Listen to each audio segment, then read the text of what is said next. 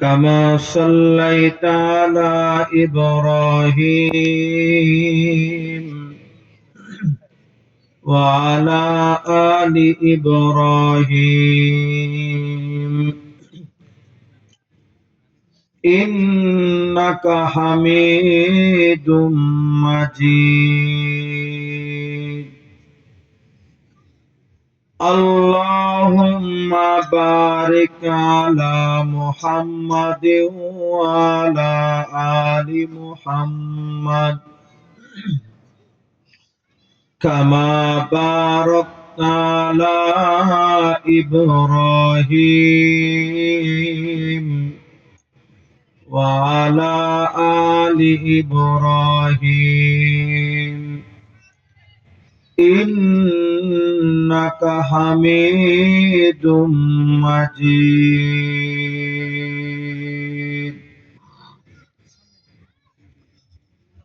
نحمده ونصلي على رسوله الكريم.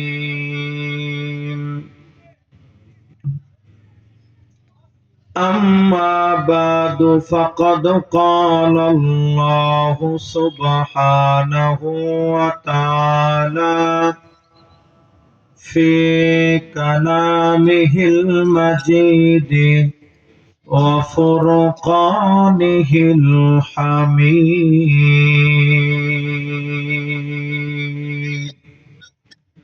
সকলে মহব্বতের সাথে জবান খুলে বলি أعوذ بالله من الشيطان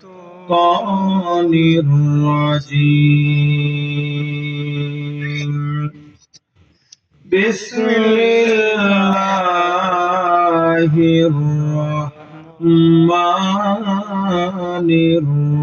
الرحيم. يا أيها الناس كلوا مما في الأرض حلالا طيبا ولا تتبعوا خطوات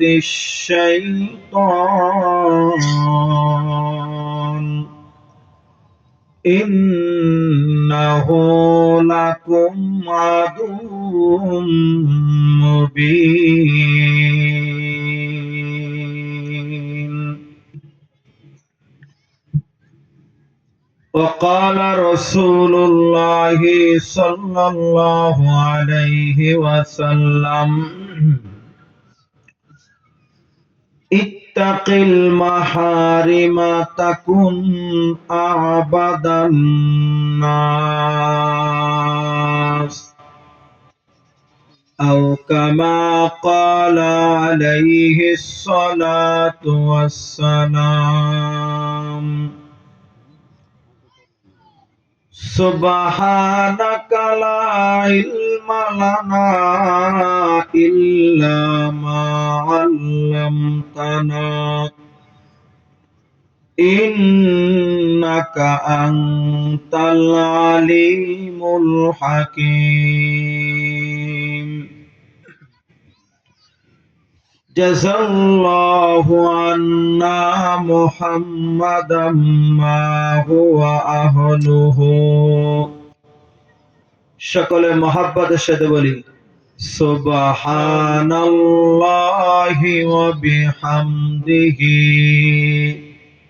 সুবহানাল্লাহিল আযীম।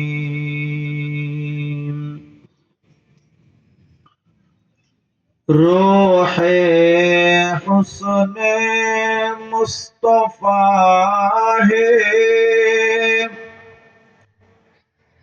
রূহে হুসনে মুস্তাফা হে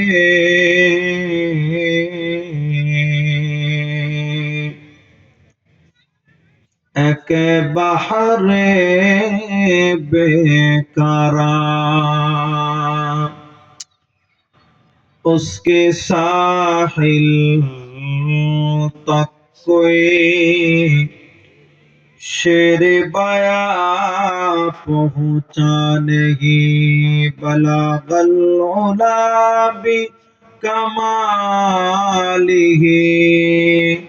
कशफत दुजा बिजमालिही हसनत जमीउ खसालिही सल्लु अलैहि वालिही। ও ভাইজান, আপনারা কি বাড়ি থেকে ভাবির সাথে রাগটা কইরা আইছেন নাকি? তো সব মুখ গোমরা কইরা বইসা রইছে, তাই জন্য ভাবির সাথে একদম রাগটা কইরা আসছেন যে ঘরে গেলে আজকে রাতে কেমনে জাবি জামালিহি হাসনাত জামিউ খাসালিহি সাল্লু আলাইহি ওয়া আলিহি। मौत को समझा है गाफिल इख्तिताम जिंदगी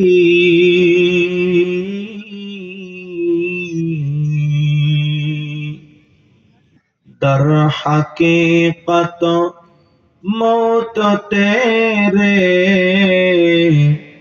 इब्तिदाए जिंदगी मुसाफिर हर कुजा बाशद वतन रायाद मीदारद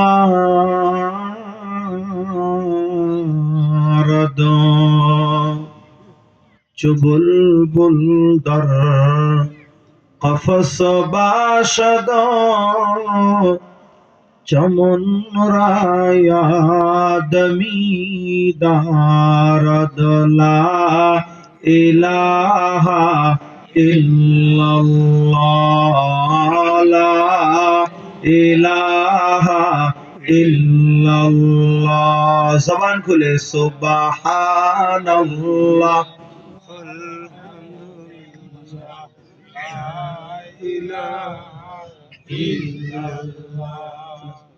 सुबहानल्लाह अल्हम्दुलिल्लाह ला इलाहा इल्लल्लाह सुबहानल्लाह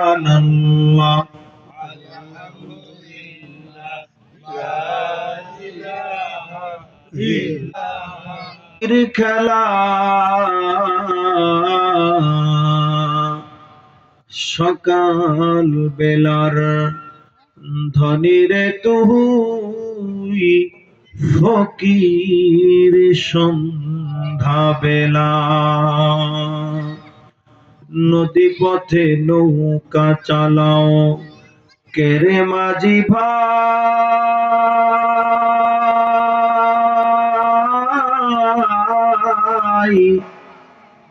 বেলা ডোবার আগে আমি ওপার যেতে চাই ওরে ভাঙলে মেলা আর জমে না ডুবলে বেলা আর ওঠে না লা ইলাহা ইল্লাল্লাহ।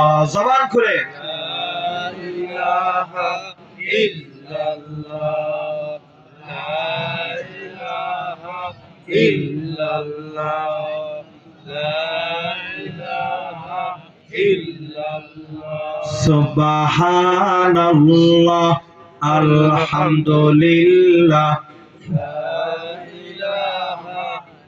একজন একটু যাই, বাচ্চারা কথা বলতেছে, একটু থামাই দেন তো, ডিস্টার্ব হচ্ছে। সুবহানাল্লাহ আলহামদুলিল্লাহ